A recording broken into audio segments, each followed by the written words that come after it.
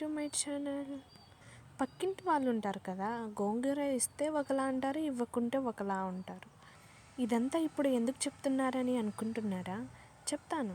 గోంగూర ఎక్కువ ఇంట్లో ఉంటే పక్కింటి వాళ్ళకు కూడా ఇస్తాం కదా, అలానే ఇచ్చింటే ఏం చేసినారు తెలుసా?